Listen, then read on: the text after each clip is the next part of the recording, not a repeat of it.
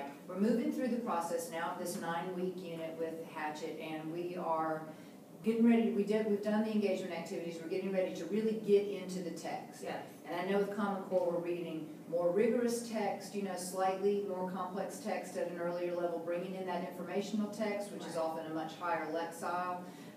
So we want to talk a little bit about how you got them reading, how you hit all those little standards along the way with language and literary terms, and how the beginning of the process was for you and some of the instructional tools that you used. Okay. One of the things, because annotating text is it's newer to them. Sure. So in trying to teach them a skill level for that, but also remembering the basics, because even with Common Core, no matter what it is, everybody needs a foundation.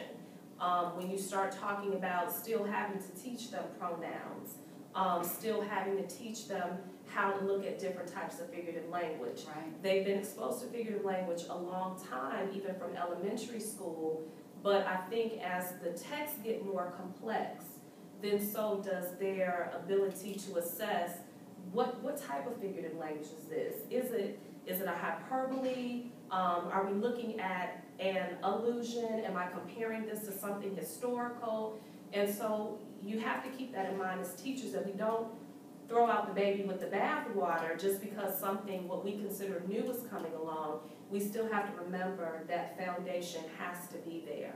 And so in teaching the text and looking at the Common Core was really essential for me to make sure with their note-taking that we were sort of able to cover various aspects of not only the framework, but of the standards that they still need to meet.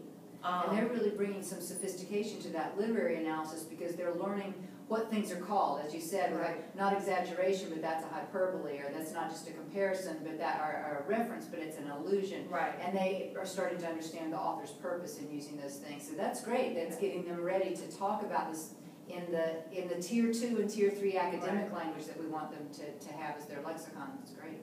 So one of the things that I did, we use, some people call them interactive notebooks. I went through training where they called them source books because it was a resource for their writing and information. So in our classroom, we still sort of call it a source book because, it's like a dialectical journal too. Right, it is. The 2 columns. Right.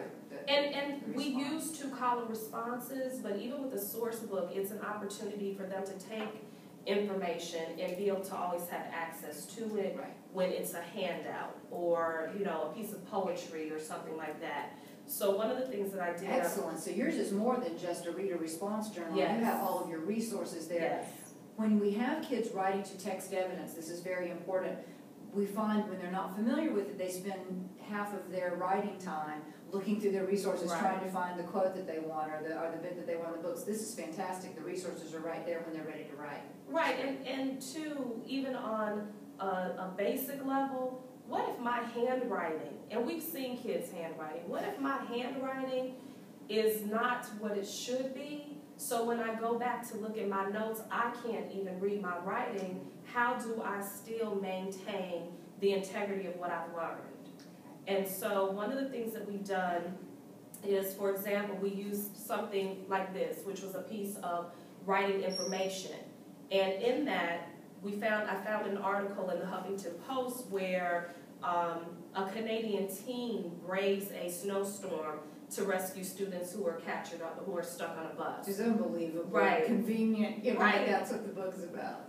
And so what they had to do was go through and underline things that had to occur in order for them to survive. How am I going to be able to potentially connect this to the story that I'm actually reading? Of course, we studied what the Canadian wilderness was like. Sure. We have to have that foundation. We looked at the map. We talked about location. Informational text. And how it's so important to pull that in. Some people are saying in the field that they love literature and they just want to teach literature, and this is a real digression to bring in the informational text. But look how this has enriched your study with looking at, and they're learning to read a map. This is a real world skill. Learning to use a GPS, real world skills, the survival skills. And they're not going to forget the details of the novel, and they're going to understand why the author, Gary Paulson, used those details. Absolutely. And why they're meaningful. So you found that the informational text was not a diversion or a digression, but actually an asset. Yeah. Right. So using tools like this in order to get them to connect to what they're reading and understanding. Now, it's not just a fictional test. This could really happen. Yeah. How do I handle it if it does really happen? One of the other things that we did in using his particular notebook was the introduction of the vocabulary. Yeah, let me see this. You show that to our viewers. We'll have this on, all of these documents will be in the PDF file on the website for you to download. But I love the way you pulled in a vocabulary study, but it's also an authentic vocabulary study. Right, and it wasn't just, one of the things I wanted the students to know, even when we're studying the vocabulary, it's not a memorization. I don't go through, I don't memorize all the meanings of the word and then get a vocabulary test and so on. And so just throughout the notes in the book, I wanted them to have the experience of being able to utilize various types of information, covering figurative language, covering pronouns, whatever it was, as we began to start the reading. I see why you call this a resource book. Yes, That's absolutely. Great. So you found places in the book where you could hit those language standards where you say, oh, look at this. This is Brian himself was the one who had to start the fire. Look at how that reflexive pronoun makes, it emphasizes. And this is why instead of just saying, here's a list of reflexive pronouns, memorize it and it will be meaningless to you. Right. One of the things I love about what I'm seeing about how you began the unit is that you've really seamlessly integrated. The kids are talking to each other, so they've got speaking and listening standards going on. They're doing close reading. They're pulling in informational text and comparing text. They're taking notes. They're taking responsibility for their learning, keeping all of their information in one place where they can go back to it. And they know that they're keeping it in that resource book because they're going to have to do a performance task. Right, absolutely. At the end. So we've got a really strong start here. In our next video, we're going to move on to how the middle of this process looked once the kids were deep into the narrative and starting to think about producing a performance task.